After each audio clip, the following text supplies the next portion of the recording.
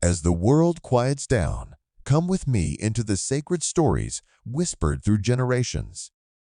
In the stillness of this moment, we journey not just into a tale from long ago, but into the very heart of faith, courage, and the unfailing providence of God. Tonight, we find ourselves in Jerusalem in a time of great upheaval, a time when darkness seems to have conquered the light. But even in the deepest shadow, a single tiny flame of hope is preserved. This is the story of Joash, the boy king, and his 6 years of quiet hiding in the house of the Lord. It's a testament to the truth that God's plans are never thwarted, and His protection is a fortress for the vulnerable. If this story brings comfort and peace to your soul, I warmly invite you to like this video and subscribe to our channel. Your support helps us share this message of hope and divine faithfulness with many more heart-seeking rest. Now, gently lay down all the worries of today. Find a quiet space for your mind and body. Let's take a moment to pray together, to breathe deeply, and to open our hearts to the wisdom, comfort, and profound wonders that unfold in God's Word. Let the gentle rhythm of this story be a lullaby for your spirit, drawing you closer to the peace that surpasses all understanding. You are in Jerusalem, but it is not the city of joyful psalms you have heard of. A weight hangs in the air, thick and heavy, like the dust of a long, dry summer. You feel it on your skin, a clammy stillness that has nothing to do with the weather. The sun still shines on the golden limestone of the buildings, but the light seems hesitant. It glints off the magnificent roof of the temple on Mount Moriah, a beacon of holiness in a city that has lost its way. But here, lower down, in the labyrinthine streets surrounding the royal palace, the shadows are long and cold, even at midday. This is the city of David, the holy city, yet a deep sickness has taken root. The kingdom of Judah, the last remnant of David's great line, is ruled by a woman whose heart is not with the God of her fathers. Queen Athaliah. Her name is a bitter whisper on the lips of the faithful. She is the daughter of the infamous Ahab and Jezebel of the northern kingdom, and she has brought the storm of their idolatry south with her. The air, which should smell of baking bread market spices and sacrificial incense from the temple, is now tainted with something else. It is the faint, cloying scent of pagan offerings, burned in high places, a scent of compromise and spiritual decay. You find yourself standing within the outer courtyards of the royal palace complex. It is a place of power, a sprawling collection of buildings made from fine cedar and expertly cut stone. In another time, this was a place that echoed with the wisdom of Solomon, the righteous decrees of Jehoshaphat. Now it feels hollowed out. The guards who stand at the gates have a hardness in their eyes you don't recognize. Their loyalty is not to the covenant, not to the line of David, but to the queen's iron will and the wealth she bestows upon her favorites. You watch as officials in fine linen robes hurry past their faces, tight masks of ambition and anxiety. They are playing a dangerous game, navigating the treacherous currents of Athaliah's court. You can sense that the people live in a state of quiet fear. They go about their daily tasks, merchants selling their wares, women drawing water from the cisterns, children playing games with stones, but there is an edge to their interactions. Laughter dies down quickly when a palace guard walks by. Conversations become hushed. They have seen the altars to Baal rise. They have seen the priests of the Lord marginalized, pushed aside. They know that the queen's favor is a fickle and dangerous thing. The very soul of Judah is in peril, and everyone feels the tremor of an impending earthquake. This feeling of dread is a premonition, a spiritual barometer sensing a coming storm. The scripture reminds us that the wicked plot against the righteous, and in this palace, the plots are woven in gilded chambers. Athaliah's reign began in tragedy. Her son King Ahaziah was killed. But her grief, you realize, has not softened her. It has twisted into a monstrous grasping ambition. In her mind, the line of David is not a sacred trust from God. It is a threat to her own power. The royal family, her own grandchildren, are not blood but obstacles. It is a chilling thought, a perversion of the natural order. A grandmother's love is meant to be a sanctuary, but hers has become a sword. Now, the quiet dread that has blanketed the city is about to break. A new sound cuts through the air. It begins not as a single noise, but as a change in the atmosphere. A sudden tension, a sharp intake of breath across the palace grounds. Then you hear it, a shout from within the inner sanctum of the royal residence. It is not a shout of joy. It is sharp, guttural, and filled with a terrifying finality. It is followed by another, and then the unmistakable chilling clash of metal on metal. The sound of drawn swords. Panic erupts like a flock of startled pigeons. People in the courtyard freeze for a heartbeat, their faces a mixture of confusion and terror. Then they scatter, running for the safety of their homes, their shops. The guards, once stern and immobile, are now moving with a brutal purpose. They are not quelling a riot. They are participating in a purge.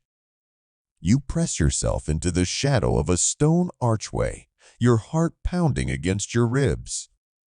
You are a silent witness to a coup, a massacre, born of one woman's insatiable hunger for a throne that is not hers. Athaliah is making her move. To secure her power, she has given a terrible order to exterminate the entire royal seed. All the princes, all the heirs of David, her own grandchildren, are to be put to the sword. It is a monstrous act, a direct assault on God's promise to David that his line would endure forever. You can't see the horror, but you can hear it. The muffled cries, the splintering of a wooden door, the cold, efficient commands of the executioners. Each sound is a hammer blow against the heart of Judah. It feels as if the light of the world is being systematically snuffed out, one life at a time. This, you reflect, is the terrible fruit of turning away from God. When human ambition becomes its own God, it demands blood sacrifices. But in the midst of this calculated chaos, a single act of defiant love is unfolding. You are now drawn away from the dreadful sounds of the massacre and into the women's quarters of the palace. Here, the air is thick with the scent of myrrh and aloes, but also with a new, sharp smell, terror. Women are weeping, hiding their world collapsing around them. But one woman is not paralyzed by fear. Her name is Jehosheba. You see her. She is a princess of Judah, the daughter of a former king, and the wife of the high priest Jehoiada. She is a woman of two worlds, the palace and the temple. And in this moment, her royal blood and her sacred connection are converging into a singular, desperate purpose. Her face is pale, but her eyes burn with a fierce protective light. She has heard the screams. She understands the unthinkable thing that is happening. Athaliah, her sister-in-law, is murdering her nephews. While others are lost in panic, Jehoshiba's mind is racing. Is there any hope? Has God forgotten his promise, her faith forged in the quiet halls of the temple where her husband serves refuses to surrender to the darkness? It is a faith that does not just believe in miracles, but becomes a conduit for them. It is a profound spiritual truth that God often works his greatest wonders through the hands of those who are willing to risk everything in a moment of crisis. Her eyes scan the chaos of the royal nursery. Nurses are wailing, running in confusion. And there, amidst the overturned toys and scattered linens, she sees him. A tiny bundle, a baby boy, no more than a year old. This is Joash, her youngest nephew. He is crying, his small face red and crumpled, sensing the terror that has invaded his safe world. He is the last one, the final fragile heir of David's line. In that instant, a divine resolve settles upon Jehoshiba. She does not hesitate. There is no time for debate, no time for weighing the odds. There is only the child, the promise, and the monstrous evil that seeks to destroy them both. You are with her as she moves, her actions swift and certain. She snatches up the infant and his nurse. The baby's cry is a terrifying liability. He must be silenced, hidden. She pulls a heavy woolen blanket from a chest, its fabric rough against her cheek, as she wraps it around the small child, muffling his cries, praying he does not suffocate. The warmth of his tiny body against hers is a stark contrast to the cold dread in her heart. Now comes the most perilous part. She must escape the palace. Every corridor is a potential death trap. Every corner could hide a soldier loyal to Athaliah. You feel her breath catch in her throat as she peeks out of the nursery. The hallway is momentarily empty. She whispers a frantic instruction to the terrified nurse who clutches at her robes. Together, they move not like royalty, but like fugitives. They are shadows in their own home. You walk with them, your own senses on high alert. The cold, polished stone floor is slick under her sandals. The ornate tapestries on the walls, depicting hunts and ancient victories, seem to mock her with their silent grandeur. You hear the heavy tread of armored boots approaching from another corridor. Jehoshiba pulls the nurse and the precious bundle into a small alcove, hiding behind a heavy velvet curtain that smells of dust and time. Your body is rigid, your breath held. You can hear the soldiers' gruff voices as they pass, their words indistinct, but their tone brutal. They are searching, hunting. The seconds stretch into an eternity. You can feel the baby Joash squirming in the blanket, a small whimper escaping. Jehoshiba presses him closer, her own silent prayer a shield around them. This moment is a powerful reflection on the nature of courage. Courage is not the absence of fear. Jehoshiba is surely terrified. Courage is acting in spite of fear, driven by a conviction that is stronger than the threat. Her love for her nephew and her faith in her God empower her to move through a landscape of pure terror. Soldiers pass.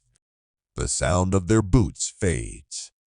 Jehoshiba waits another heartbeat, then another, before slipping back into the corridor. She knows she cannot stay in the palace. There is only one place in all of Jerusalem that might offer true sanctuary. One place that Athaliah, for all her power, might hesitate to defile. The house of the Lord, the temple. Her husband, Jehoiada, is there. He is the high priest, a man of profound wisdom and unshakable faith. He is her hope. The journey from the royal compound to the Temple Mount is short in distance, but tonight it is a treacherous mile. They must use the back passages, the servants' routes, avoiding the main thoroughfares. You are with them as they slip out of a side gate into the disorienting darkness of the city streets. The Jerusalem night is not silent. There are the usual sounds, the barking of a distant dog, the rustle of wind through an olive tree. But tonight, these familiar sounds are layered with the city's fear. Windows are shuttered. Doors are barred. The air of panic from the palace has seeped out, and the city holds its breath. Every shadow seems to hold a threat. A loose stone clattering under the nurse's foot sounds as loud as a thunderclap. Jehosheba's arms ache from the weight of the child, but she dare not slow down. She is a vessel of God's providence, carrying the future of a nation in a woolen blanket. It's a poignant image, the vulnerability of God's plan. A baby, a frightened woman, a terrified nurse fleeing through the dark. Yet, in this vulnerability, there is immense strength. It is a theme you see again and again in Scripture, God choosing the weak to shame the strong, the foolish to shame the wise. He is not dependent on armies and kings. He can save his covenant with a baby's breath and a woman's desperate love. Finally, they reach the ascent to the Temple Mount. The slope is steep, and their legs are weary, but the sight of the sacred precinct gives them a new surge of strength. The temple is not brightly lit. It is a vast, silent silhouette against the star-dusted sky. But to Jehosheba, it is a lighthouse in a raging sea. Here, the rule of God supersedes the rule of any earthly monarch, even a murderous queen. They do not go to the main gates, which are closed and barred for the night. Jehosheba knows other ways. As the wife of the high priest, she knows the patterns, the routines, the hidden entrances used by the priests. She leads the nurse to a small, unassuming door set into the massive outer wall, a door used for bringing in wood and supplies. She gives a specific coded knock. For a moment, there is only silence. The fear creeps back in. What if no one hears? What if they are discovered here, exposed and vulnerable? Then you hear the sound of a heavy wooden bar being lifted from the inside. The door creaks open a few inches, and a sliver of warm, oily lamplight spills out. A young priest peers out, his face etched with confusion.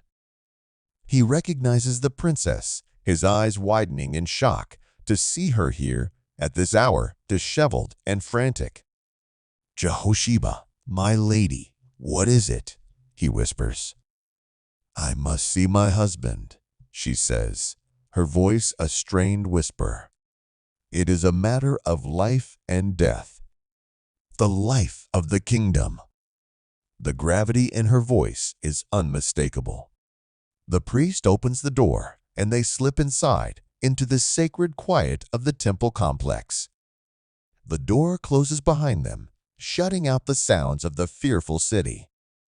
The change in atmosphere is immediate and profound. The air inside the temple grounds smells of old stone cedarwood sacrificial incense and something else, holiness.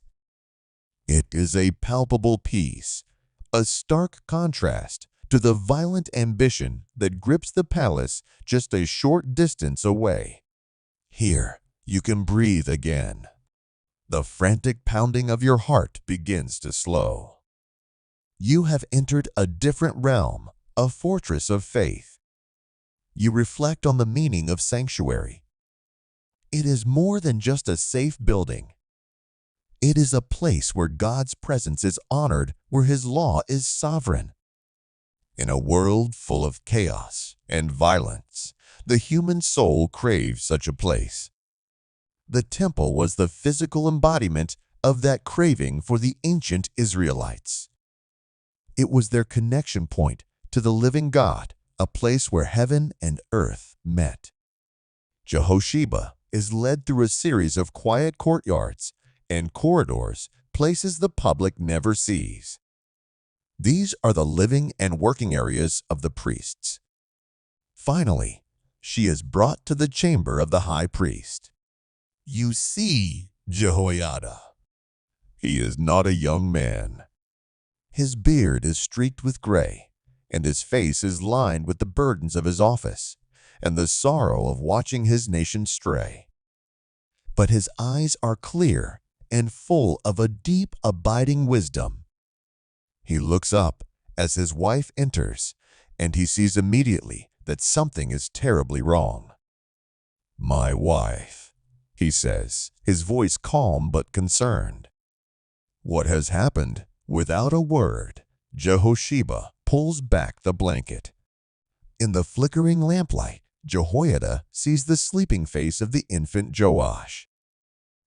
He sees the tear-streaked face of the nurse, and he understands. He does not need the details of the massacre. He sees the result: the entire royal line has been severed, except for this one tiny breathing child.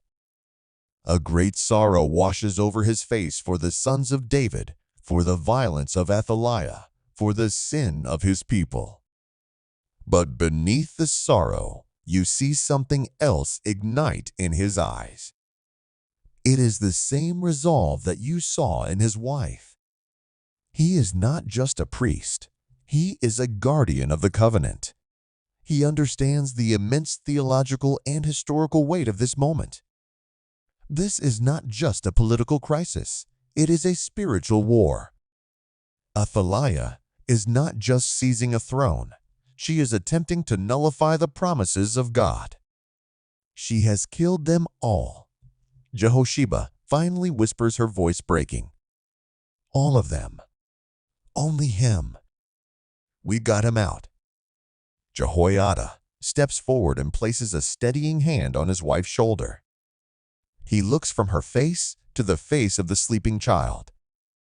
You can almost hear the thoughts turning in his mind, the careful, prayerful calculations of a man who walks with God. He knows that hiding this child is an act of high treason against Queen Athaliah. If they are discovered, they will all be executed. Their lives, the lives of the priests who help them all, will be forfeit.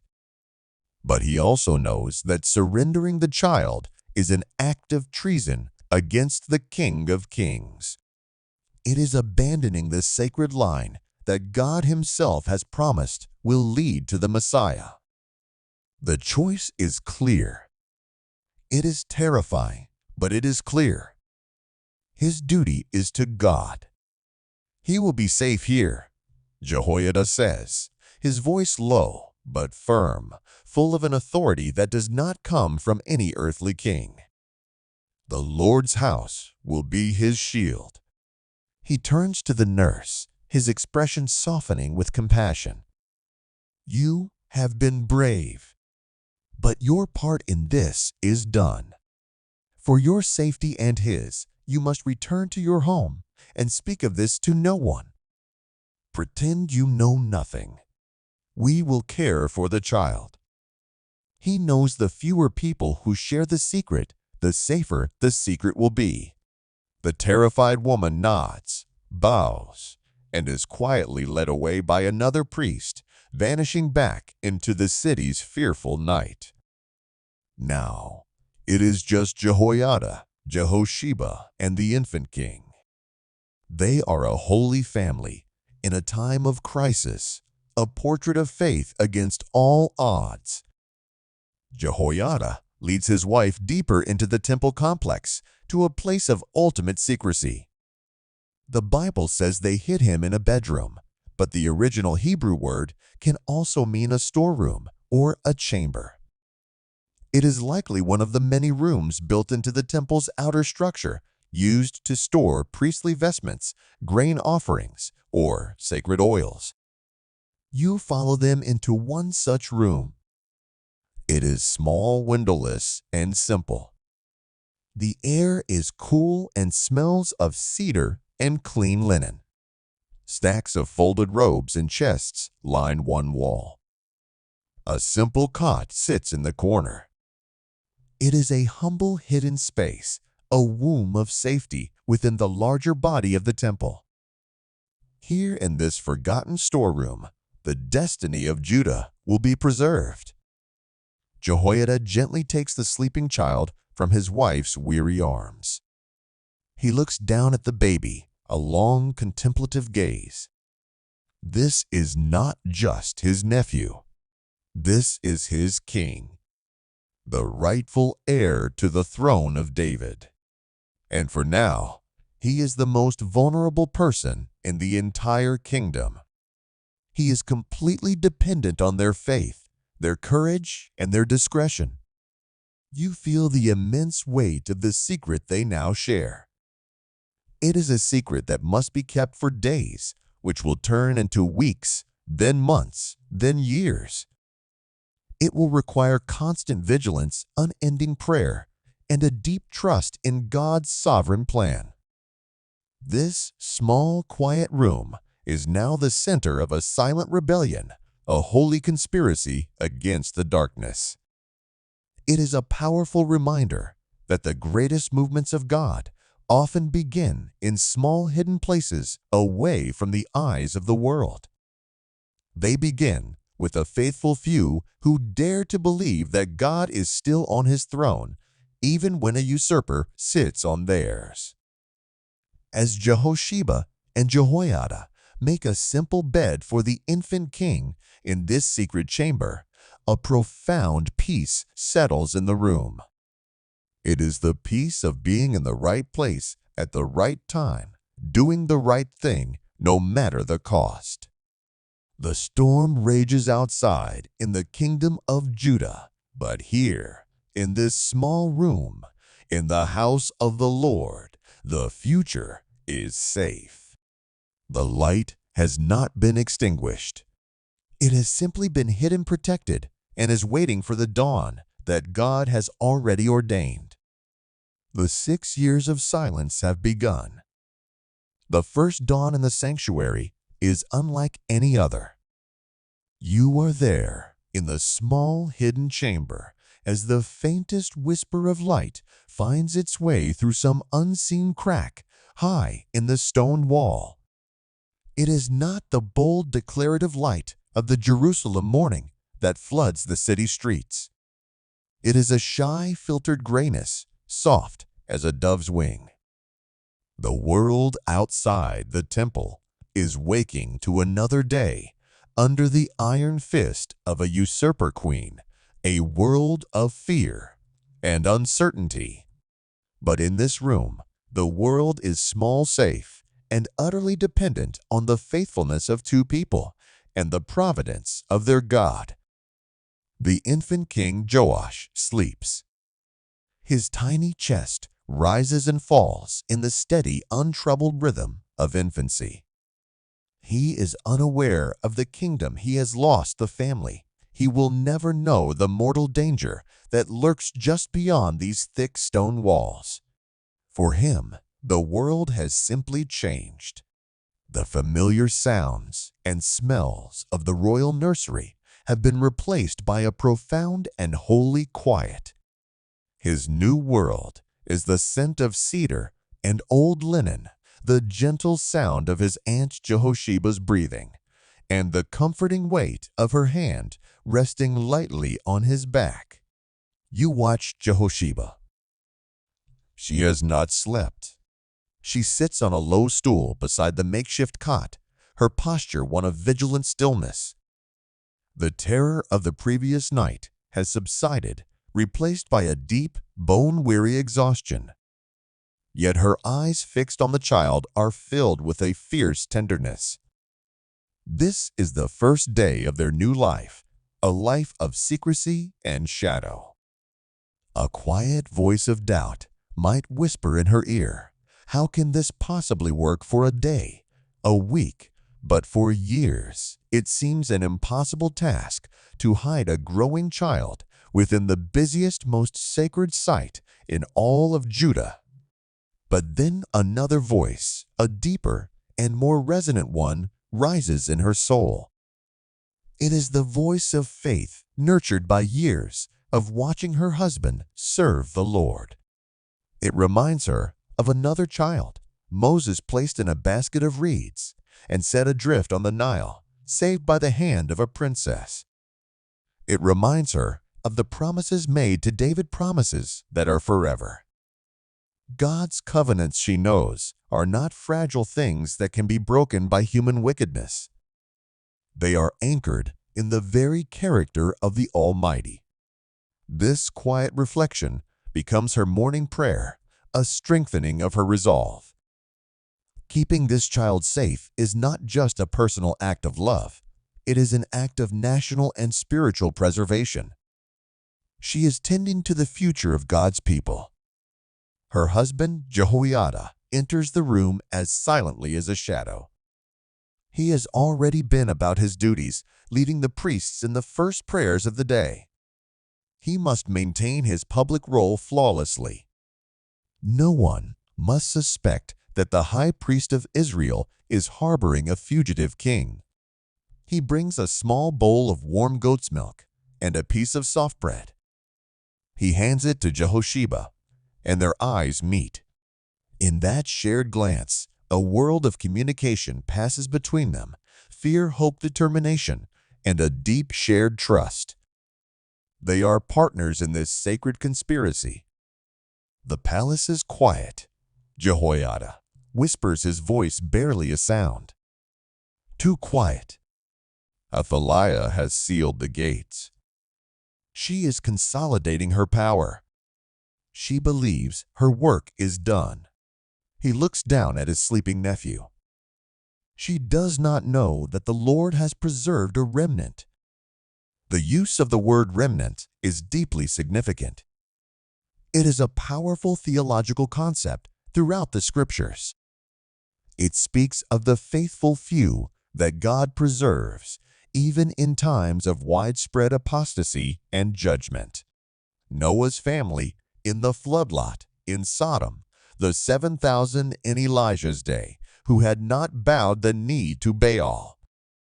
Now that grand sweeping principle of salvation history is embodied in this one small sleeping child. He is the remnant. This secret room is its ark. This is a profound meditation on how God works. He does not always save with a mighty army. Sometimes he saves with a secret, a whisper, a hidden child.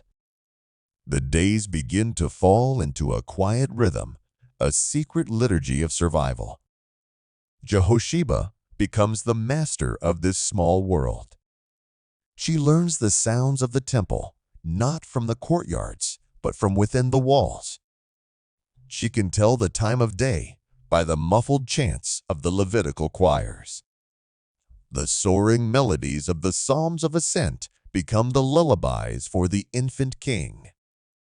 He falls asleep to the distant holy strains of "I lift up my eyes to the hills, from where will my help come? My help comes from the Lord, the maker of heaven and earth." He is living, breathing, and growing within the very heart of Israel's worship, absorbing it into his being before he can even form words. You are there in the room, feeling the passage of time. The initial frantic fear gives way to a new normal, a life of constant low-level vigilance. Every footstep in the corridor, outside the storeroom is a potential threat. Every unexpected knock on a nearby door sends a jolt of adrenaline through Jehosheba. She learns to soothe the baby's cries before they can become loud enough to carry. She masters the art of distraction using a piece of soft cloth or the gentle rhythm of a hummed tune to keep him content and quiet. Her life has been completely upended. She was a princess, the wife of the high priest, a woman of status. Now, her existence has been reduced to the four walls of this chamber. She is a voluntary prisoner, a guardian of the flame. You can imagine her moments of profound loneliness, of longing for a normal life. This is the hidden cost of faithfulness. It often requires the sacrifice of our own comfort, our own plans, for a purpose far greater than ourselves. Her sacrifice is a quiet sermon on the nature of love. It is not a feeling, but a daily, hourly choice to serve and protect. Jehoiada's life is now a dangerous duality. In public, he is the picture of priestly dignity. You can see him in the court of the priests, robed in his sacred vestments, the ephod, the breastplate with its 12 stones shimmering representing the tribes of Israel. He offers the sacrifices, he pronounces the blessings, he instructs the younger priests. He may even have to meet with officials from Athaliah's court, his face an impassive mask, his words carefully chosen, revealing nothing. He must be above suspicion. But when his duties are done, he slips away from the public eye. He takes winding, indirect routes through the temple's maze of passages and storerooms to arrive at the hidden chamber. The moment he steps inside, the mask falls away. He is no longer just the high priest. He is a loving uncle, a co-conspirator, a protector. You see him lean over the cot, his large weathered hand gently touching the baby's cheek. A prayer moves on his lips, a silent plea for wisdom, for strength, for the continued protection of the Almighty. He is the link to the outside world. He brings news not just of the palace, but of the land. He tells Jehosheba how Athaliah is systematically installing Baal worship, appointing her own priests, and corrupting the nation. Each piece of news is a fresh reminder of why their secret is so vital. They are not just hiding a child. They are guarding the last bastion of true worship in Judah. The temple has become more than a sanctuary. It is an embassy of the kingdom of heaven in an occupied land. As the months pass, the infant Joash begins to grow. He learns to roll over on the soft pallet. His world, once a blur of light and shadow, begins to come into focus. The first things he truly sees are the faces of Jehoiada and Jehosheba, faces filled with love and a certain watchful intensity. These are his sun and his moon. Their voices are his first language. Their presence is his security. You can imagine him a baby of perhaps 6 or 7 months, propped up against a pile of folded priestly robes. His small hands reach out to touch the rough texture of the stone wall, the smooth wood of a cedar chest. These are his first toys. His playground is this single sacred room. The sounds of the temple are his constant companions. He hears the morning blast of the shofar, a sound designed to awaken the soul, and it is simply a part of his morning routine. He hears the lowing of the oxen being brought for sacrifice, the bleating of the lambs. These are not abstract concepts of worship for him. They are the familiar sounds of his home. There is a profound spiritual lesson in this. Our earliest environments shape us in ways we can never fully comprehend. We absorb the atmosphere around us. Joash is being marinated in holiness. The very air he breathes is thick with centuries of prayer. The stones of his nursery have absorbed the echoes of countless psalms. God, in his infinite wisdom, has placed this future king in the most intensive spiritual formation program imaginable. He is being raised in the very house of the God he will one day be called to serve. One evening, you are there when a moment of near disaster strikes. A priest new to his duties and unfamiliar with the layout of the storerooms is sent to fetch a particular set of linen vestments for a festival. He comes down the corridor, his footsteps echoing loudly. Jehoiada, who happens to be in the room, freezes. He and Jehosheba exchange a look of pure panic. Joash, now old enough to be startled by strange noises, lets out a small cry. Jehosheba reacts instantly. She scoops him up, pressing his face into her shoulder, humming a deep, resonant note that vibrates through his body and quiets him. Jehoiada moves to the door, his body tense, ready to intercept the priest. He is prepared to invent a story to say the inmost chamber is reserved for the holiest of objects, or perhaps that it is undergoing a ritual purification. His mind races through the possibilities. You hear the priest fumbling with the lock of the adjacent storeroom. The wrong room. He mutters to himself in frustration, then moves to another door further down the hall. The footsteps recede. The danger has passed. Jehoiada leans his head against the cool wood of the door, his eyes closed, breathing out a slow, silent prayer of thanks. Jehosheba rocks the child, her own heart still hammering against her ribs. This moment underscores the constant knife-edge tension of their existence. Their peace is not the peace of inaction or ease. It is a hard-won peace, a peace that must be guarded and fought for every single day.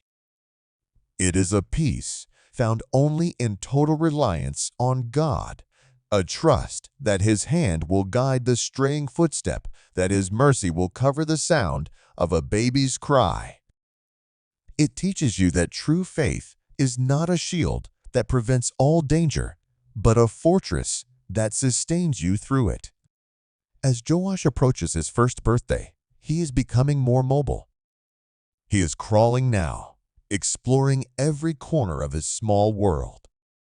This presents a new set of challenges. He is a healthy, curious boy. He wants to move, to touch, to explore. The single room, once a sufficient fortress, is now beginning to feel like a cage. Jehosheba has to be endlessly creative, devising quiet games, finding ways to let him burn off his energy without making noise. Jehoiada realizes they cannot keep him confined to this one room forever. A growing child needs more space. After much prayer and careful planning, he makes a decision. There are other, more secluded areas within the vast temple complex. The bedroom mentioned in the Bible might refer to a suite of rooms, a hidden apartment within the priest's quarters. He prepares a new hiding place, even more secure, more isolated from the daily traffic of the temple. It is a space where a toddler can learn to walk without the sound of his first stumbling steps betraying his existence. You are there on the night they move him. It is late during the deepest part of the night watch, when the temple is at its most still. Jehoiada carries the sleeping child, now a heavier burden, a solid breathing reality of their commitment. Jehosheba follows with a small bundle of his things. They move through darkened courtyards under a canopy of brilliant stars that seem to hang just over the temple roof. The moon illuminates the polished stones of the outer courts, making them gleam like silver. For a moment, Jehosheba pauses and looks out over the sleeping city of Jerusalem from a high colonnaded walkway. Down below, in the palace, Athaliah sleeps secure in her stolen power. She is surrounded by guards' wealth and the trappings of earthly authority. And here on God's holy mountain, a priest and his wife sneak through the shadows, carrying a child in their arms. It is a stunning contrast of two kingdoms. The kingdom of this world, built on violence and ambition, and the kingdom of God, advanced by quiet courage, sacrificial love, and a faith that can move mountains, or at least move a future king from one secret room to another. They arrive at the new quarters. It is a small set of rooms, perhaps originally intended for a high-ranking priest or a visiting dignitary, but located in a disused, forgotten wing of the complex. It has a small, enclosed courtyard, high-walled and open to the sky, but invisible from any other part of the temple or the city. Here, for the first time, Joash will be able to feel the sun on his face, to breathe fresh air that hasn't been filtered through thick stone walls. As they settle into this new, slightly larger world, the first year of hiding comes to a close. It has been a year of shadow and silence, of fear and faith. Joash is no longer a helpless infant, a passive object of their rescue. He is a person, a boy with a nascent personality. He is a living, breathing symbol of hope. He has survived. Against all odds, against the murderous intent of a queen and the apathy of a nation, he has been preserved. You reflect on the profound miracle of this first year. The miracle is not a single flashy event. It is 1,000 small hidden miracles. The miracle of a door that remained locked. The miracle of a cry that was muffled at the right time. The miracle of a guard who turned left instead of right. The miracle of a man and a woman who did not give in to despair, who did not buckle under the immense pressure of their secret. It is a testament to the fact that God's grand sweeping plans for history are built on the foundation of small daily acts of obedience. As Joash takes his first wobbly, uncertain steps in the moonlight of their hidden courtyard, holding tightly to Jehoiada's finger, you see the future of Judah taking its first steps as well. It is a future that has been nurtured in darkness so that it might one day walk in the light. The first year is over. The silence continues, but now it is a silence filled with the pitter-patter of a child's first steps, the sound of a hope that is learning to walk. The second year of the hidden king's life unfolds, and with it, the world of Joash expands from a single room to a small secret kingdom within the kingdom of God. You are there as he grows from a baby into a toddler, a small boy whose entire universe is contained within the sacred precincts of the temple. His playground is not the dusty streets of Jerusalem, but the quiet, forgotten corners of the house of the Lord. His playmates are not other children, but the loving, watchful figures of his uncle Jehoiada and his aunt Jehosheba. The high-walled hidden courtyard becomes his domain. Here, under the open sky, he experiences the simple joys of childhood, yet in the most extraordinary of circumstances. You watch him as he takes his first truly confident steps on the sun-warmed flagstones. His small, clumsy run is a sight of pure, unadulterated joy. He chases a feather caught on the breeze, his laughter for the first time, allowed to ring out contained and protected by the high walls. For Jehosheba, hearing that sound, the sound of a happy, healthy child, is a balm to her weary soul. It is the fruit of her sacrifice, the affirmation that their perilous choice was the right one. This courtyard is a microcosm of creation. A single stubborn fig tree grows in one corner, pushing its roots deep into the ancient soil of Mount Moriah. You see, Joash is face a mask of intense concentration, watching a line of ants march across a stone. He touches the rough bark of the tree, his small fingers tracing its patterns. He learns the difference between the heat of the direct sun and the cool of the shade. These are his first lessons in natural science, conducted in a laboratory built for the worship of the Creator. It is a subtle but powerful thought. Even in his confinement, God is revealing the glory of his creation to this child. His days continue to be governed by the holy rhythms of the temple. He does not know what a week is in the secular sense, but he learns the rhythm of 7. He feels the subtle shift in the atmosphere on the Sabbath. The work of the temple changes. The chants are different, more solemn, more joyful. The smell of the special showbread, the bread of the presence baked fresh each week, wafts from the holy kitchens. Jehoiada, on this day, spends more time with him, his duties slightly lessened. The Sabbath peace is not just a law for Joash. It is a tangible felt reality, the most peaceful day in his peaceful world. He is learning the heart of the Torah, not through memorization, but through experience. You are with him as Jehoiada begins to name the world for him. He points to the sky and says, Shamayim. Heaven, he points to the single tree and says, Etz tree, but he does not stop there.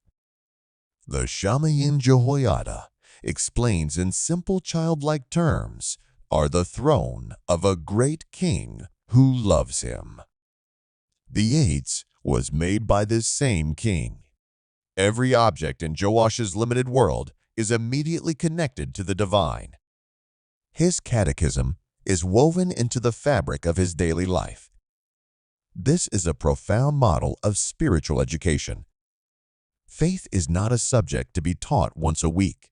It is the lens through which the entire world is viewed. The sounds of his world are unique. He learns to distinguish between the different sounds of the shofar. The tekiah, a long straight blast. The shevarim, a set of 3 broken notes. The terol 9, rapid staccato bursts.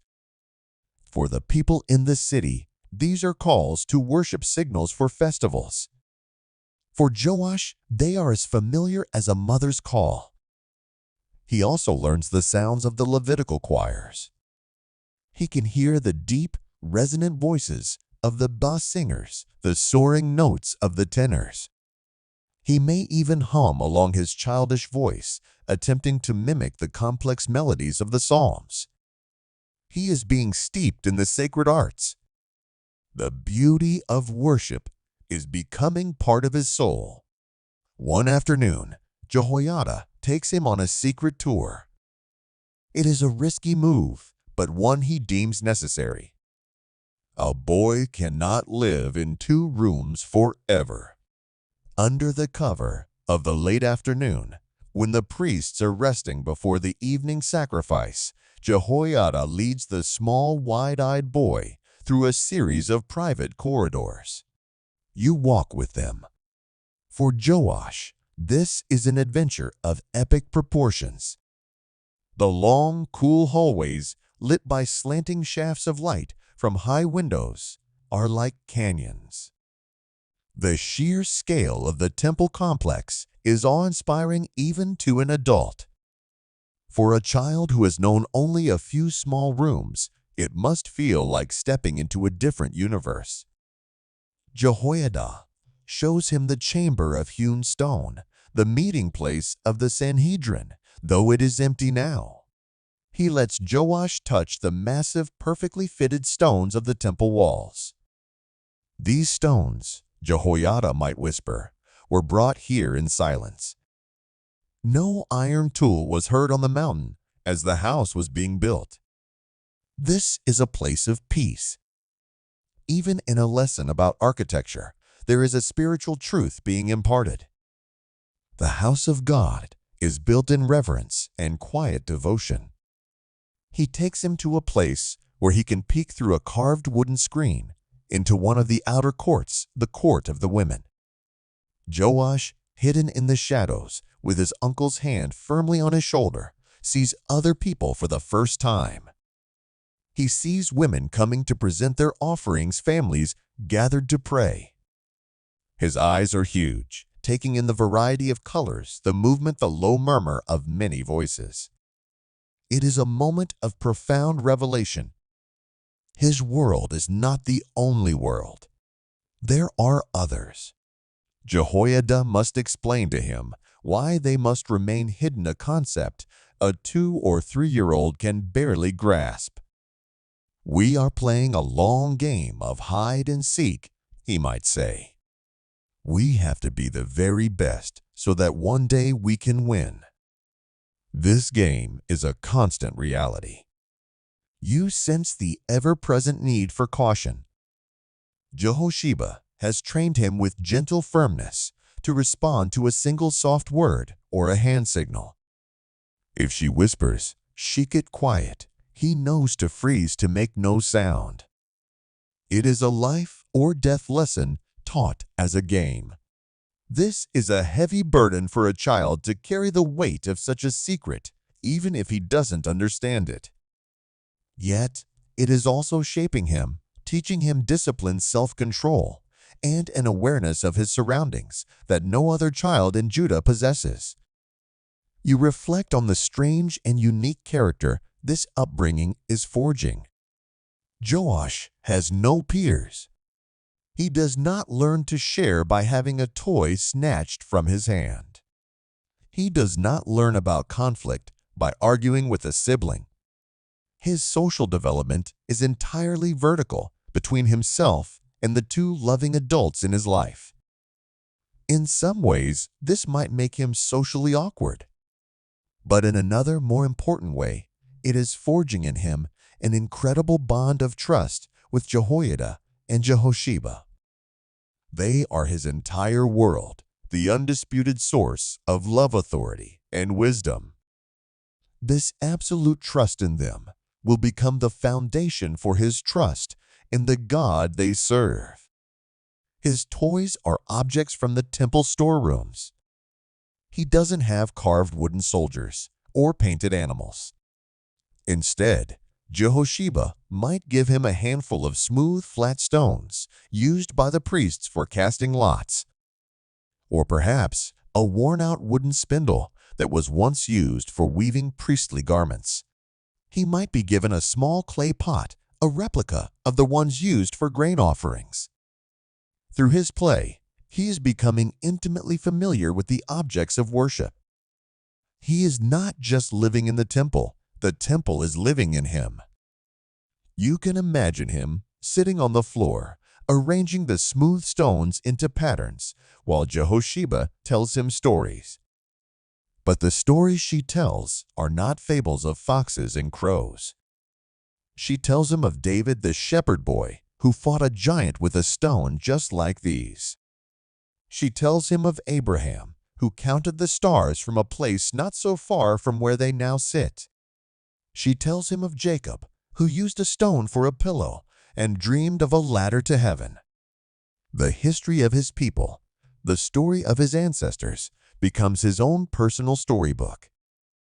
He is not just a boy named Joash. He is the son of David, the heir of Abraham, a child of the covenant. Jehoiada, in his brief moments with the boy, reinforces these lessons. He is a man of deep theological understanding, and he finds ways to distill the most profound truths into simple concepts a child can grasp. He might use the daily sacrifices to teach about sin and forgiveness. When someone does something wrong, it makes a mess in their heart, he might explain. The offering is a way of saying sorry to God and asking Him to help clean it up. He is laying the groundwork for a deep understanding of atonement and grace. The passing of the seasons is marked by the great festivals of Israel. These are times of heightened activity in the temple, and therefore times of heightened risk. During Passover, the courtyards below would be thronged with pilgrims. The air would be filled with the sound of thousands of voices singing the Hallel Psalms. From his hidden vantage point, Joash might catch glimpses of the crowds, hear the magnificent swell of the music. He would feel the energy, the joy, the spiritual fervor of his nation. Yet he remains apart, a secret kept in the heart of the celebration. During the Feast of Tabernacles, or Sukkot, he would see the priests building the traditional booths or shelters in the temple courts, covered in fresh boughs. It is a celebration of God's provision in the wilderness. For Joash, living his own kind of wilderness experience, the lesson is deeply personal. God provides. God protects. Just as He sheltered the Israelites in the desert, He is sheltering His last royal heir in this fortress of faith. There are moments of simple domestic intimacy that are profoundly touching. You see Jehosheba teaching him how to eat, guiding the spoon to his mouth. You see her mending a tear in his simple tunic, her fingers moving with a practiced grace. These small acts of love and care are the bedrock of his existence. He is a child who is deeply, profoundly loved. This is perhaps the greatest gift they give him. Athaliah's court is a place of intrigue, backstabbing, and conditional favor. Joash's world is one of unconditional love and absolute security. He is learning the nature of God's love. He's that steadfast covenantal love from the two people who are His instruments. You consider the psychology of his confinement. Might it have been damaging? A modern perspective might focus on the lack of socialization, the restricted environment. But the narrative of faith offers a different lens. His confinement is also a period of intense focus, of purification. He is not being exposed to the idolatry, the cynicism, the political corruption of the world outside. His soul is a garden tilled only by the hands of faith. He is being protected from the spiritual poisons that have sickened his nation. It is a divinely ordained quarantine, preserving his heart for the task that lies ahead. As he nears his 4th birthday, his language skills are developing rapidly. He speaks the pure formal Hebrew of the temple, the language of the scriptures. His accent is not the common accent of the street, but the refined diction of the high priest. He asks questions. Why does the fire on the altar never go out? Who are the songs for? Are there other children behind other walls? Each question is an opportunity for Jehoiada and Jehosheba to deepen his understanding. The fire is always burning because God is always with us. His presence never sleeps, Jehoiada might answer. The songs are for the great King, to tell him we love him and to remember how good he is. The question about other children is harder. They must explain in the simplest terms that the world is not safe for him right now. The queen, they might say, does not know the rules of our hiding game. We must stay hidden until it is time for the game to end. He is a bright child, and he senses the gravity behind their simple explanations. He understands that his life is different. He understands that his guardians carry a heavy burden. You can see it in his eyes, a watchfulness, a solemnity that is unusual in a child so young. He is not a somber or unhappy child, far from it. He is filled with the joy and curiosity of youth. But his joy is tempered by a unique environment, one that fosters reflection and a deep inner life. The toddler, years a time of boundless energy and burgeoning independence for most children, are for Joash a time of channeled energy and dependent trust. His world is safe-loving and deeply spiritual. He is like a tree planted by the water in the very courtyard of the Lord's house. His roots are growing deep into the soil of faith, drawing nourishment from the living water of God's presence and His Word. He is being prepared. The rambunctious energy of the toddler is slowly, imperceptibly being shaped into the focused potential of a future king. The quiet years continue to pass, each day a stitch in the grand tapestry God is weaving in secret. As Joash passes his fourth and then his fifth birthday, a significant shift occurs in his hidden life.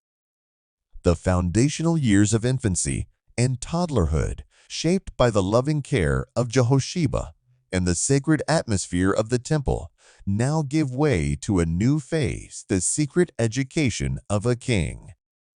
Jehoiada, the wise high priest, recognizes that it is time to move beyond simple stories and foundational concepts. The boy is ready for formal instruction.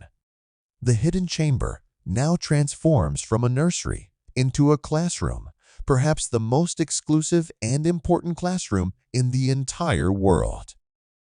You are present for these lessons.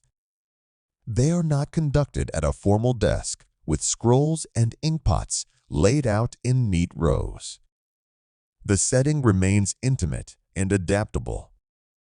A lesson might take place while sitting on a woven mat in their small courtyard, or traced in the dust with a stick, or whispered in the echoing quiet of a storeroom filled with the scent of holy oil. Jehoiada is not just an uncle anymore. He becomes the royal tutor, the mentor, the shaper of a king's mind and soul. The curriculum is unlike any other. The first and most important subject is the Torah, the law of Moses. This is not merely an academic exercise. For the future king of Judah, the law is the national constitution, the divine charter that defines his kingdom and his role within it. According to the book of Deuteronomy, the king himself was commanded to write out his own personal copy of the law and to read it every day of his life, so that he may learn to revere the Lord his God and follow carefully all the words of this law and these decrees. Jehoiada is beginning this process with Joash long before the boy can even hold a crown. You watch as Jehoiada unrolls a precious scroll, perhaps a portion of Genesis or Deuteronomy, its parchment softened with age. Joash, now a boy of 5, sits beside him, his eyes wide with a mixture of curiosity and reverence. He has seen these scrolls before, but now he is being invited into their secrets. He cannot yet read the complex Hebrew script, but he can learn the sounds. Jehoiada points to the characters, his weathered finger tracing the elegant shapes, and recites the words. Shema Yisrael, Adonai, Eloheinu, Adonai Echad. Hear, O Israel, the Lord our God, the Lord is one. This is the cornerstone of Israelite faith, and it is the first formal sentence Joash learns. Jehoiada explains it to him in terms a child can understand. There are many things people pretend are gods, Joash. Statues of wood and stone, like the ones the queen likes. But they are just things. There is only one true God. He made everything. He is our God. He is one. The lesson is a direct inoculation against the rampant polytheism of Athaliah's court. He is learning not just what to believe, but what not to believe. This is a critical part of spiritual formation, building discernment. His reading lessons are lessons in theology. As he learns his letters, Aleph Bet Gimel, he learns them by forming the words for God Elohim Father, Av, and King Melech. The very act of learning to read and write is saturated with spiritual significance. You can imagine the immense patience of Jehoiada guiding the boy's small hand as he tries to form the letters on a piece of broken pottery or a wax tablet. Each correctly formed letter is a small victory, a step towards the day he can read the sacred texts for himself. The second subject on the curriculum is history, the history of his own family line. This is not the dry recitation of names and dates that you might imagine. It is the epic, thrilling, and often tragic story of the house of David. Jehoiada tells him the stories not as myths, but as family history. Your great-great-great-grandfather David was a shepherd boy who loved God so much that he wrote songs to him. God chose him and made him a promise. Jehoiada explains the Davidic covenant, the unbreakable promise from God that a son of David would always sit on the throne of Judah. He simplifies the profound theology into a single powerful idea. Joash, you are part of this promise. God chose our family. It is a special job, a heavy job. Being king is not about having a big house and nice clothes. It is about taking care of God's people just like a shepherd takes care of his sheep. This instills in the boy a sense of destiny, but also a profound sense of responsibility. His life is not his own. It belongs to God and to his people. He learns of the glories of his line, of David the giant slayer, of Solomon the wise builder. But Jehoiada, in his wisdom, does not shy away from the failures. He tells Joash about Solomon's later years, how his heart was turned away by foreign wives and their idols. He tells him of the division of the kingdom of the good kings, like his great-grandfather Jehoshaphat, who followed the Lord, and the wicked kings who led the people astray. This is a crucial part of his education. He must learn from the mistakes of his ancestors. He must understand that the blessings of the covenant are tied to obedience. Being a son of David is not a guarantee of success. It is a call to faithfulness. You reflect on the power of this oral tradition. Before books were common, knowledge was passed from teacher to student through storytelling. Jehoiada is a master storyteller, bringing the characters of the past to life. Joash is captivated. He is learning that he is part of a long unfolding drama, and that his own choices will become a chapter in that story for future generations to read. A third part of his education is practical wisdom, the kind found in the book of Proverbs. The fear of the Lord is the beginning of wisdom. Jehoiada teaches him not as a platitude, but as a foundational principle for life. He teaches him about justice, integrity, the importance of listening to wise counsel, and the danger of pride. A king who oppresses the poor is like a roaring lion or a charging bear, he might quote. But a king who judges the poor with fairness, his throne will be established forever. These are not abstract ethical principles. They are the user's manual for a righteous reign. He is also learning about the world he cannot see. Jehoiada describes the geography of his kingdom. He draws maps in the dust, showing him the hills of Judea, the location of Hebron, Bethlehem, the Jordan River, the Dead Sea. He teaches him the names of the 12 tribes of Israel, even those of the lost northern kingdom. He is building a mental picture of the land he will one day govern. He is learning to be a king in his mind long before he can be one in practice. You can sense the boy's mind soaking it all in like a dry sponge. He is intelligent and eager to learn, but he is still a child. There are days when his attention wanders, when he would rather chase a lizard in the courtyard than learn about the reign of King Asa. Jehosheba is crucial in these moments. She provides the balance, the nurturing warmth that makes the rigorous education bearable. After a long lesson with Jehoiada, she is the one who will have a cool drink of water for him, who will play a simple game with him, allowing him to be a child again.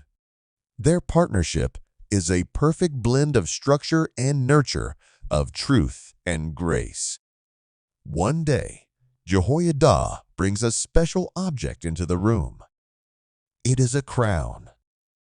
Not a royal crown of gold and jewels, but a simple circlet woven from olive branches, much like the one a victorious athlete might wear.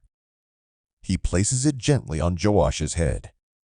The boy, perhaps 6 years old, now looks startled.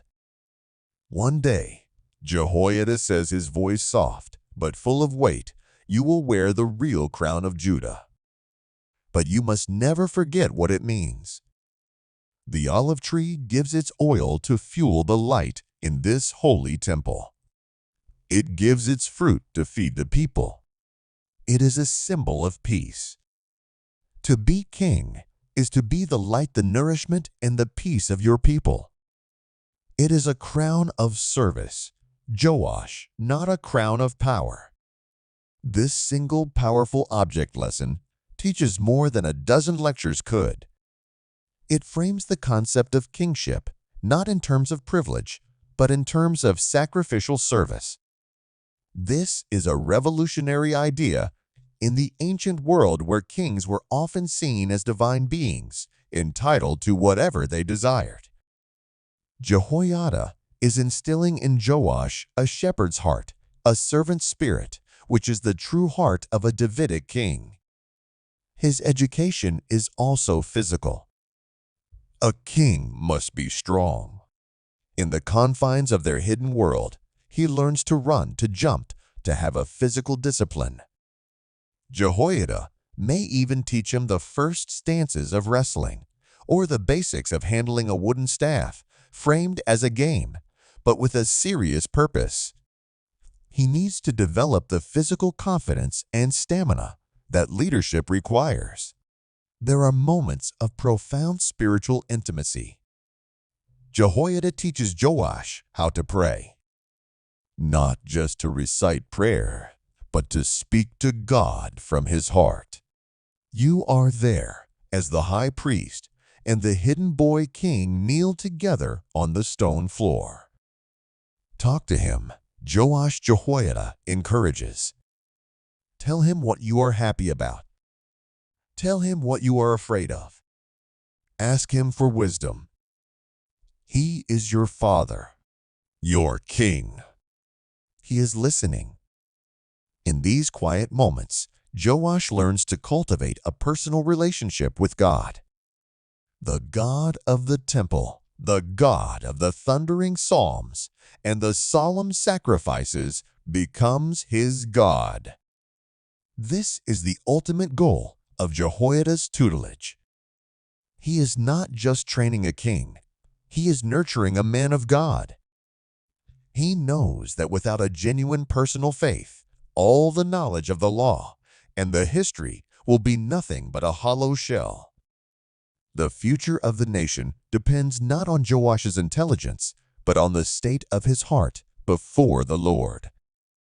You reflect on the incredible trust God placed in Jehoiada. He was entrusted with the single most precious asset in the kingdom, and not just to hide him, but to mold him. It is a reminder that God calls people to be mentors, to be spiritual parents, to invest in the next generation. The future of the church, of any community of faith, rests on the willingness of the Jehoiadas to pour their wisdom, their time, and their love into the Joashes. The years of hiding are now nearing their end, though Joash does not know it. He is 6 years old. He can now read simple passages from the scrolls. He can recite the lineage of David. He understands the basic tenets of the law. He knows the stories of his ancestors. He has been formed in the crucible of this secret education. The raw material of a boy has been shaped, polished, and prepared. The contrast with the world outside is starker than ever. Athaliah's reign has continued to corrupt the nation. Baal worship is now openly practiced, even in Jerusalem. The temple itself, while still functioning, has been neglected. The Bible later recounts that its structure had fallen into disrepair. While Jehoiada maintains the core rituals, the queen's influence has starved it of resources and popular support. The nation is spiritually sick, and the people are beginning to groan under the tyranny and idolatry of the foreign queen. The time is becoming ripe for a change. Joash is a living secret, a seed of hope planted in the house of God, quietly watered and tended, now grown into a strong sapling ready to be transplanted. His education has been a preparation for a war he does not yet know. He will have to fight a war for the soul of his nation.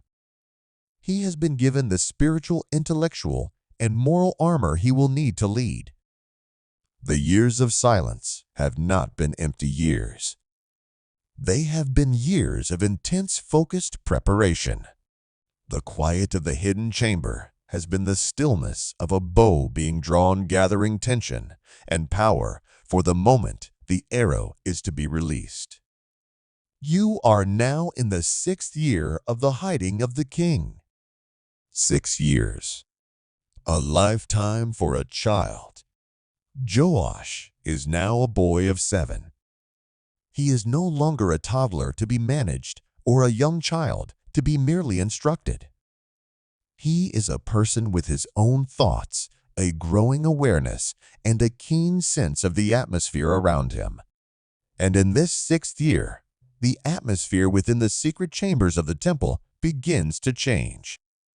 The quiet, predictable rhythm of the past years, a rhythm of survival and education, is now infused with a new current, a palpable tension, a sense of anticipation, a feeling that the long, quiet game of hide and seek is nearing its climax. Joash is the first to sense it, though he may not have the words to describe what he feels. He notices the change in his guardians. Jehoiada, his uncle and mentor, has always been a man of deep seriousness and purpose. But now there is a new intensity in his eyes, a new urgency in his step. His meetings with Joash, while still filled with instruction, now carry a different weight. The lessons about kingship, justice, and the covenant are no longer theoretical discussions about a distant future. They feel imminent.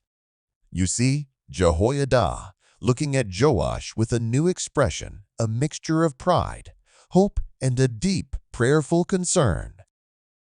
He's assessing the boy.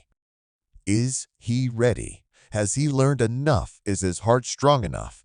Is his faith rooted deeply enough to withstand the storm that is to come? The high priest is no longer just a teacher. He is a general planning a campaign, and this boy is the centerpiece of his entire strategy. Jehosheba, too, is different. The constant, low-level anxiety of the past 6 years has sharpened into a focused, prayerful vigilance. You see her spending more time in silent prayer, her lips moving without a sound. She holds Joash a little tighter. Her hugs have a new protective fierceness. She is the boy's emotional anchor, and he can feel the subtle shift in the currents of her heart. He might ask her aunt is something wrong, and she would likely smile, smooth his hair, and say, "No, my love. Everything is about to be made right." The source of this new tension is a series of secret meetings. Jehoiada, after 6 years of patient, careful waiting, has decided that the time has come to act. The nation has suffered long enough under Athaliah. The temple has been neglected. The people are weary of the foreign queen and her foreign god. The Lord's timing, he discerns, is at hand. But he is a wise man, not a rash one. He knows he cannot do this alone. A coup requires allies, careful planning, and absolute secrecy. You are a silent observer at the first of these clandestine gatherings. It takes place in the dead of night, in a secure chamber deep within the temple complex, far from the rooms where Joash sleeps. Jehoiada has summoned 5 trusted commanders of the royal guard, leaders of hundreds. These are military men, men of action and influence.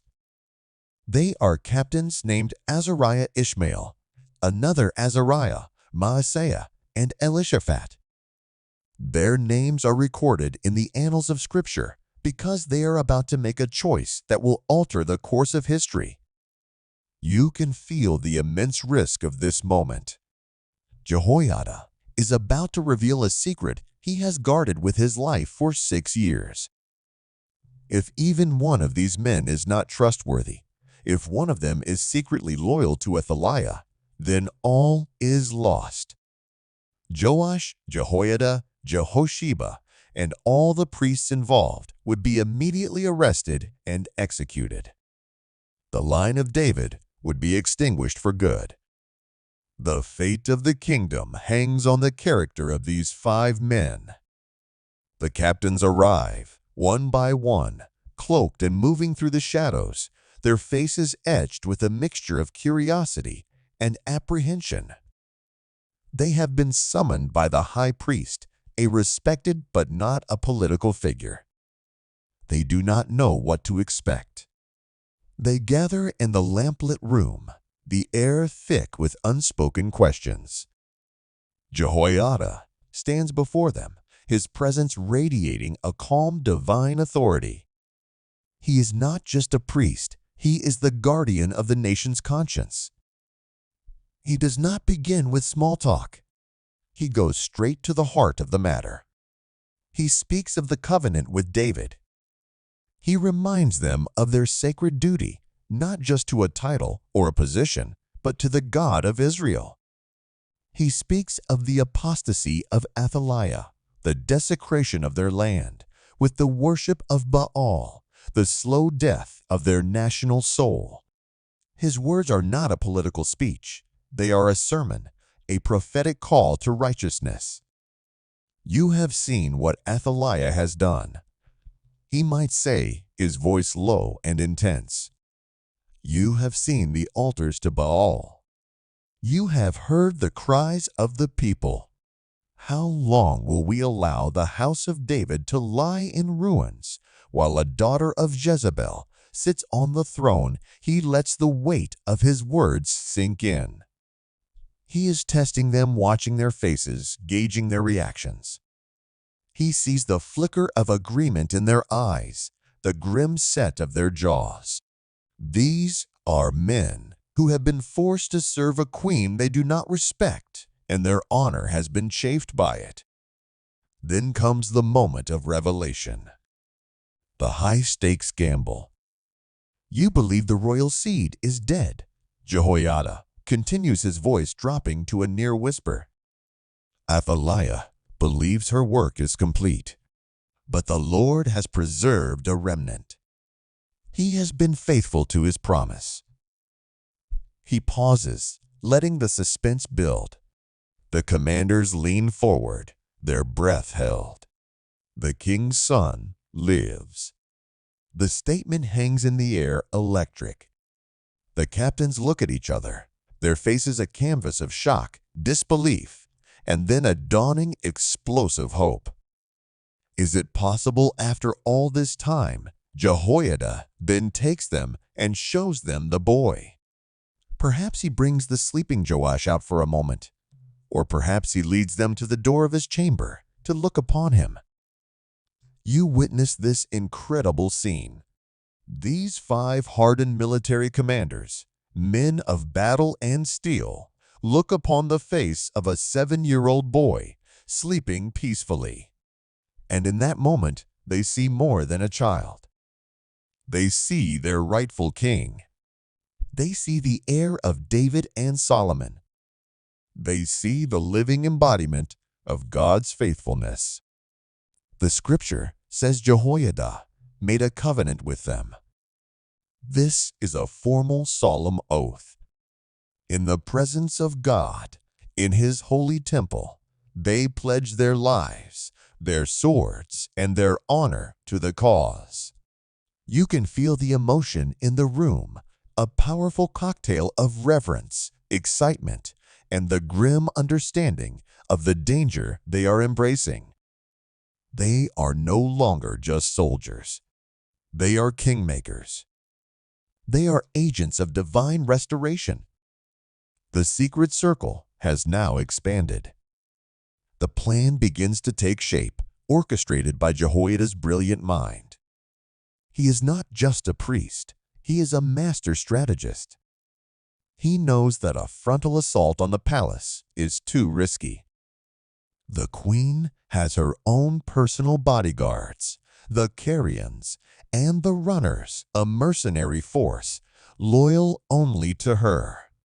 The coup must be swift, decisive, and it must take place on holy ground where his authority is supreme. The plan is set for the Sabbath. This is a stroke of genius. On the Sabbath, the temple is filled with people. More importantly, it is the day the priestly divisions and the Levitical guards change shifts. One group of guards is coming off duty and another is coming on. Ordinarily, the outgoing guards would leave the temple complex and return to their homes. But Jehoiada gives a secret order: the divisions of you that come on duty on the Sabbath and that go off duty on the Sabbath are all to keep guard of the house of the Lord for the king. By this single command, he effectively doubles his armed force within the temple without raising any external suspicion. It is a brilliant tactical move, using the normal peaceful routines of the temple for a revolutionary purpose. Joash, in his hidden quarters, is aware of the increased activity. He sees these commanders coming and going, meeting with his uncle. He feels the thrum of energy that whispers the preparations. Jehoiada now begins to prepare the boy himself for what is to come. He explains in terms a 7-year-old can understand what is about to happen. Joash, he might say, kneeling down to look the boy in the eyes. The long game of hiding is almost over. Soon you will be shown to the people. They will see that God has kept you safe. They will see their true king. He does not burden the boy with the military details, but he prepares him for the role he must play. You must be brave. You must stand tall. You must trust me, and you must trust in the great God who has protected you. You can imagine the mixture of fear and excitement in the boy's heart. He has never known any life but this one, a life of shadow and quiet. Now, he is being told he must step into the light to be the center of a great and dangerous event. His complete trust in Jehoiada is his anchor. His uncle has always been his rock, his source of truth. If his uncle says it is time, then it is time. The final preparations are made. Jehoiada moves with a calm and methodical precision. He goes into the temple storerooms, a place Joash knows as his playground, and he brings out ancient sacred weapons. The Bible specifies that he brought out the spears and shields that had belonged to King David himself, which were stored in the house of God. This is not just a practical move to arm his men. It is an act of immense symbolic power. The guards will not be fighting with their ordinary weapons. They will be fighting with the very arms of the founder of their dynasty.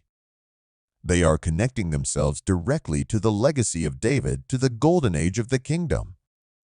It is a way of declaring that this is not a mere rebellion. It is a restoration. They are reclaiming the dream of David. You watch as the Levites and the guards are secretly armed and given their positions. 1/3 are to guard the royal palace entrance from the temple side. 1/3 are to be at the gate of the foundation. 1/3 are to be at the gate behind the guards. They are forming a protective perimeter, a human wall around the boy. Their orders are chillingly clear. Anyone who tries to enter these ranks is to be put to death. The temple, usually a place of peaceful worship, is being transformed into a fortress, a staging ground for a holy revolution. The day before the chosen Sabbath, the tension is almost unbearable. Every priest, every Levite involved, knows that the next day they will either be celebrating the coronation of a new king, or they will be dead. You are with Joash and Jehosheba in their room. She is likely preparing his clothes for the next day, not his usual simple tunic, but something befitting a prince. She is giving him his final words of encouragement, her love a tangible shield around him. Jehoiada comes in for a final meeting with his charge. He rehearses with Joash what will happen. He will be brought out. He will be anointed. The crown will be placed on his head. The testimony, a copy of the law, will be given to him. He will be hailed as king. Do not be afraid of the noise, Jehoiada tells him. It will be a happy noise, a noise of people who have found their lost king. That night, sleep comes uneasily to those who know the secret. They are on the precipice of a new era. For 6 years, they have lived by faith in a hidden promise. Tomorrow, they will act on that faith in the full light of day. They are trusting that God, who has protected the boy in secret, will now vindicate him in public. You reflect on the nature of faith and action. For 6 years, faith meant being quiet, being patient, waiting on the Lord's timing. But now, faith requires action. It requires courage, risk, and the unsheathing of swords. Faith is not passive.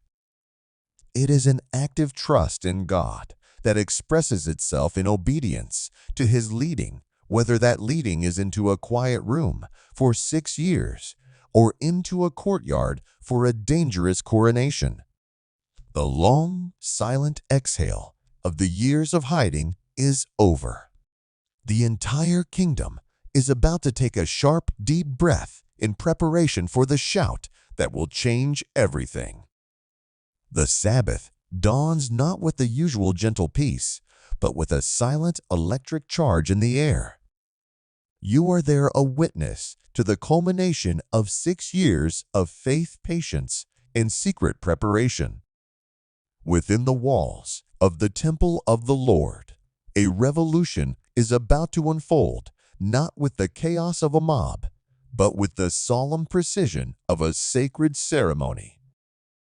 Today, a hidden prince will become an anointed king. From his secluded chamber, Joash can hear the sounds of the temple waking up, but they are different today. There is a deeper murmur, a sense of more people than usual. He can hear the low, hushed commands of the captains, the subtle scrape of sandals on stone as the guards move into their prearranged positions. He is dressed by Jehosheba, not in his simple childhood tunic, but in clothes befitting his royal lineage. Each garment she places on him is like a prayer, a preparation for the immense destiny that awaits him just outside the door. He is only 7 years old. You can see in his eyes a mixture of boyish apprehension and a solemnity far beyond his years. He holds fast to the hand of his aunt, his anchor in this swirling sea of change. Jehoiada enters. He is no longer just the high priest. He is the regent, the commander-in-chief, the master of ceremonies for the restoration of a kingdom. His face is a mask of calm, resolute authority, but you can see the fire in his eyes. He kneels before his young nephew, his king. "The Lord is with us, Joash," he says, his voice steady and reassuring. "The people are waiting. It is time." He leads the boy out from the secret quarters where he has spent his entire conscious life. For the first time, Joash steps into the main areas of the temple complex in the full light of day. He walks through corridors lined with armed Levites, men who look at him with awe and fierce loyalty. They are the human shield that Jehoiada has so brilliantly arranged. You walk with him feeling the boy's small hand gripping his uncle's, his heart likely pounding a rhythm that matches the marching feet of the guards. They emerge into the inner court of the temple. The sight that greets them is breathtaking. The courtyard is filled not with the usual smattering of worshippers, but with the armed divisions of the priests and the guards arranged in disciplined ranks. They are a silent, waiting army. The sun glints off the points of King David's ancient spears, off the polished bronze of the shields. In the center of the court, near the great bronze altar, stands a pillar. This was the traditional place where the kings of Judah stood during solemn ceremonies. It is here that Jehoiada brings Joash. He lifts the boy up, placing him by the pillar so that all can see him. A gasp, then a murmur ripples through the assembled priests and Levites. They have heard the rumors, they have been told the secret, but now they see the proof with their own eyes. He is real, the son of Ahaziah, the heir of David. He lives. The sight of this small, solemn boy standing where a long line of kings has stood before him is a jolt to the soul of the nation's faithful. The ceremony begins following the ancient rites of coronation. Jehoiada, acting with the full authority of his office, performs the sacred acts. First, he brings forth the royal crown of Judah. It is not the simple olive circlet of his lessons. It is the true crown, heavy with gold and history. As he places it on the 7-year-old's head, the weight of it is both physical and symbolic. In that moment, Joash is visibly transformed from a hidden boy into a monarch. Next, Jehoiada presents him with the testimony. This is a scroll containing the law of God, the Torah. It is placed in the young king's hand or upon his person. This act is profoundly significant.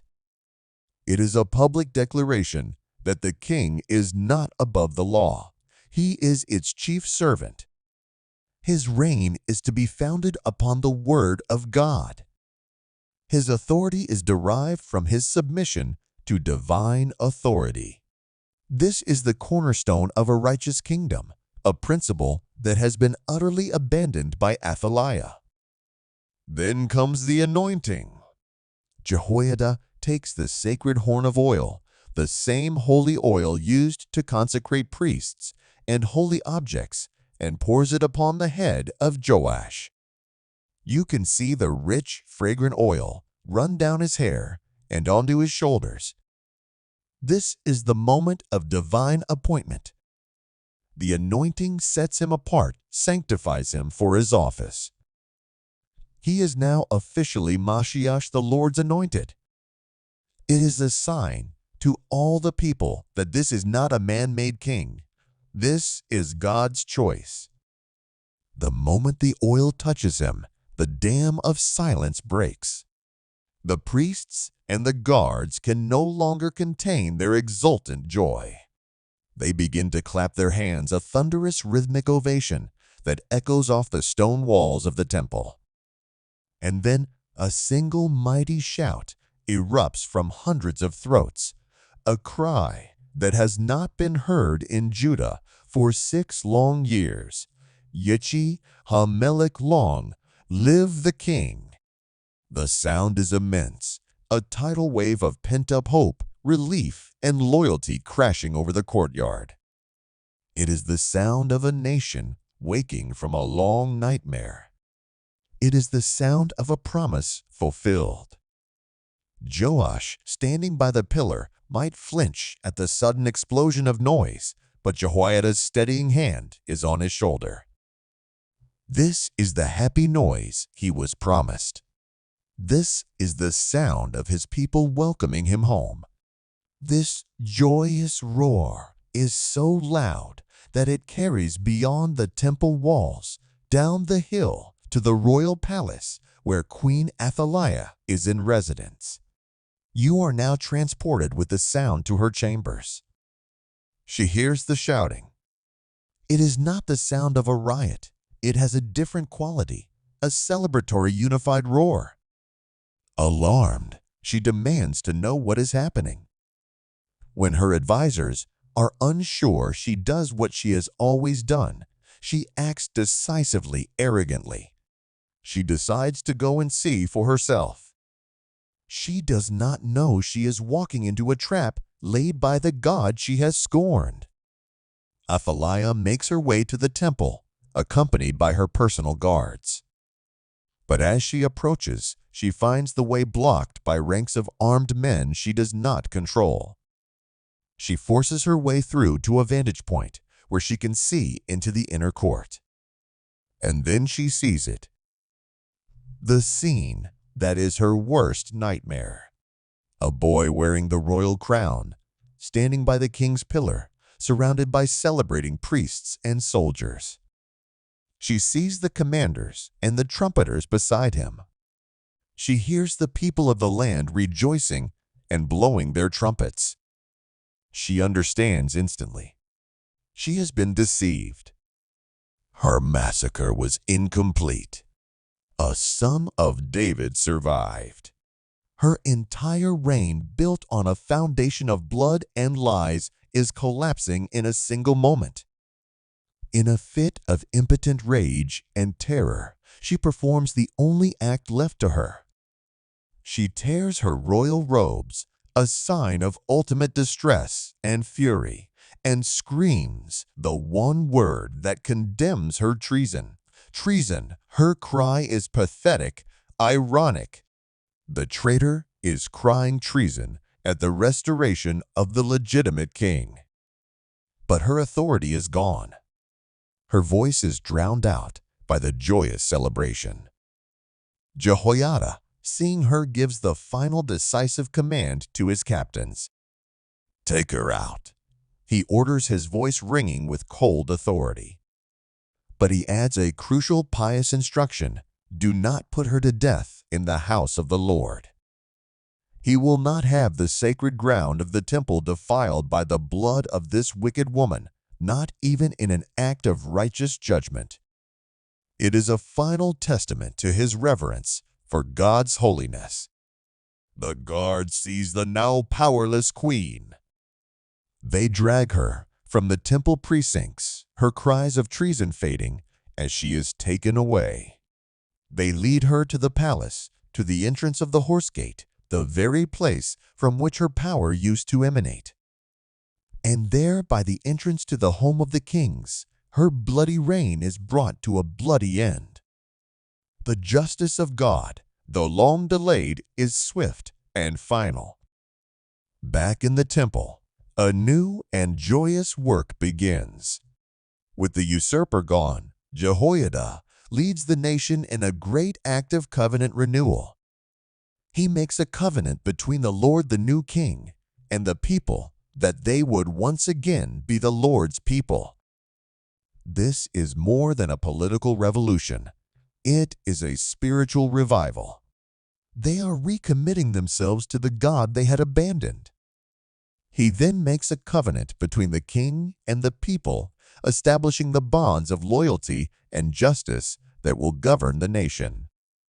The people energized by this revival stream out of the temple.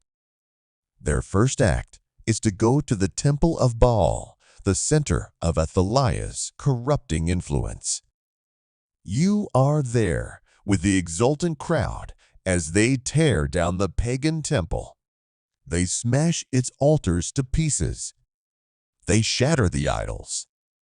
They execute Matan, the priest of Baal, before the very altars he had served. It is a powerful, visceral act of national purification. They are cleansing their land of the spiritual sickness that had plagued it. It is a demonstration that a true change of leadership must be accompanied by a true change of worship. And what of the new king? You see Joash, the 7-year-old boy, being led in a great joyful procession from the house of God to the royal palace. He is surrounded by the captains, the guards, and the cheering people of the land.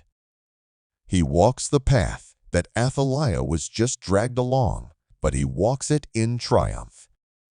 He enters the palace, a place he has no memory of, the place from which he was rescued as a dying infant. He is brought into the throne room, and for the first time, Joash, the son of David, sits on the throne of the kings of Judah. You look at him, this small boy on a large throne, the crown still looking a little too big for his head. The journey from the secret storeroom to this seat of power is complete. The 6 years of silence are over. The quiet preservation has given way to a glorious revelation. The Bible gives a beautiful, simple summary of the event. So all the people of the land rejoiced, and the city was quiet, for they had put Athaliah to death with the sword. The rejoicing of the people and the quiet of the city are two sides of the same coin. True peace, true quiet comes only when righteousness is on the throne. The false, fearful quiet of Athaliah's reign has been replaced by the joyful, peaceful quiet of a nation restored to its God and its rightful king. You reflect on the immense journey that has led to this moment. It began with one woman's defiant courage, Jehosheba, who refused to let hope die. It was sustained by the wisdom and unwavering faith of one man, Jehoiada, who proved to be a true shepherd of his people.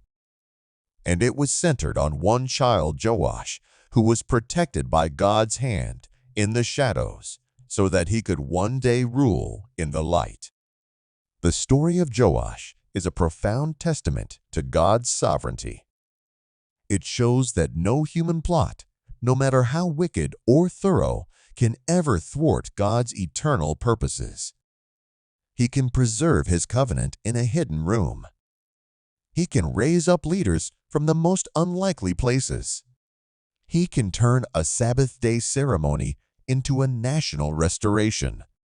He is the great kingmaker, the one who raises up and puts down rulers according to His perfect will. As you look at the young king, Joash, seated on his throne, with the wise Jehoiada by his side to guide him, you are filled with a sense of peace and wonder. The darkness has been defeated. The light has been revealed. The promise has been kept. The years of quiet hiding have served their purpose. They were a silent testimony to the truth that even when God seems hidden, He is always at work, nurturing His plans in the quiet places, preparing for the day when He will reveal His glory and make all things right. The city is quiet. The kingdom is at peace. The future for now is safe in the hands of a boy who was raised in the very house of God.